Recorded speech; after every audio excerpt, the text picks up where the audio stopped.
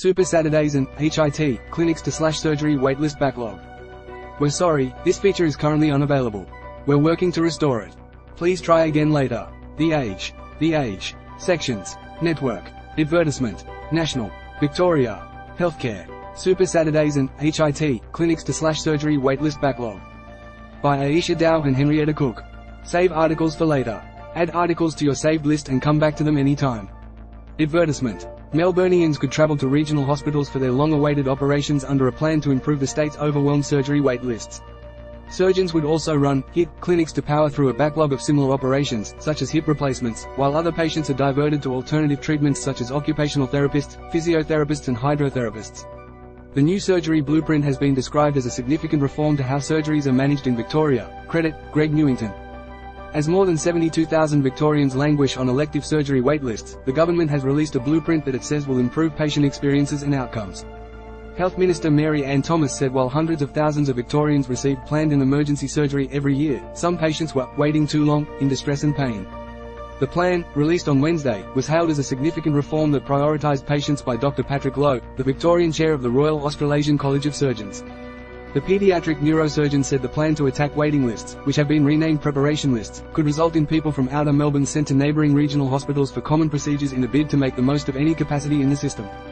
Lowe suggested a patient from Sunbury might travel to Bendigo for their procedure, or someone from Bendigo might go to Mildura, or vice versa. They're not going to do brain surgery out at Mildura, they're always going to come in here, to Melbourne. But the common stuff, the general surgical stuff, a lot of them can be done in regional centres, he said. Advertisement. Australian Medical Association Victorian President Dr. Jill Tomlinson welcomed the move to send patients further afield to speed up their surgery. My interpretation is that hospitals would be grouped by regions, she said. If there was capacity in Geelong but not in Werribee, you might go there. Dr. Jill Tomlinson says some surgeries can be avoided by alternative treatment. Credit, Penny Stevens. Another key tenet of the plan is a push to offer patients alternatives to surgery, citing extensive research that for some conditions, surgical intervention is not always clinically appropriate. Tomlinson, who works as a plastic and hand surgeon, embraced this move, saying a number of conditions such as carpal tunnel could be well managed by qualified hand therapists. By seeing a hand therapist during the early stage of the condition you can eliminate the need for surgery, she said. This year Barwon Health was able to remove 28% of patients from its waiting list for carpal tunnel surgery by offering him occupational therapy. Other planned changes under the blueprint include increasing the number of same-day surgeries and running surgery HIT lists that focus on a single surgical discipline or procedure, such as cataract surgery or hip replacements. Austin Health successfully put on a Bone and Joint Week, where surgical teams performed 41 joint replacements, organizing admissions so theaters were dedicated to the same side of the body. Tomlinson said high-intensity theater lists made sense for operations that were performed frequently and in large volumes.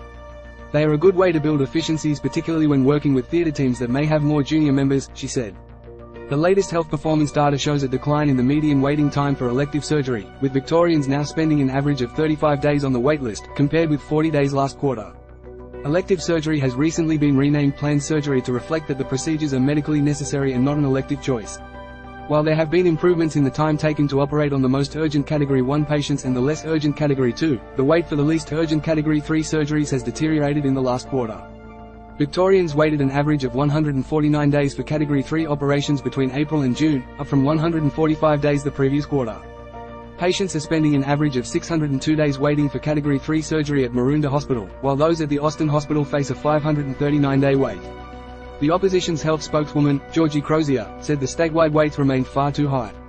If the government is serious about true reform, they would include data about numbers of Victorians who have died whilst waiting to get surgery and those who remain waiting to see a specialist, she said. We need to see the hidden waitlist. Get the day's breaking news, entertainment ideas and a long read to enjoy. Sign up to receive our evening edition newsletter here. Healthcare. Most viewed in national. From our partners. Advertisement. The Age. Twitter. Facebook. Instagram. RSS. Copyright 2023.